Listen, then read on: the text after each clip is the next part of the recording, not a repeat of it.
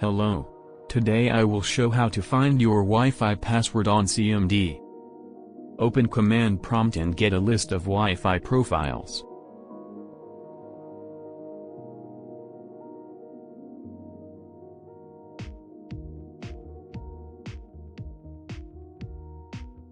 I have 2 Wi-Fi profiles. Now let's export Wi-Fi profile data to the specified folder.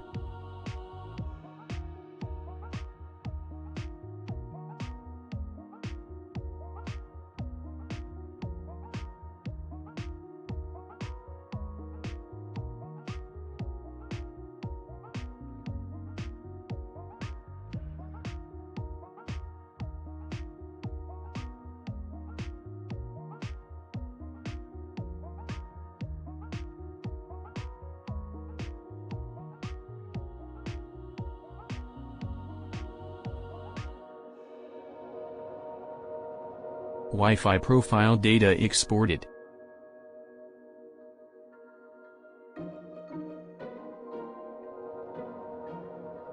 You will now be able to see the Wi-Fi profile passwords.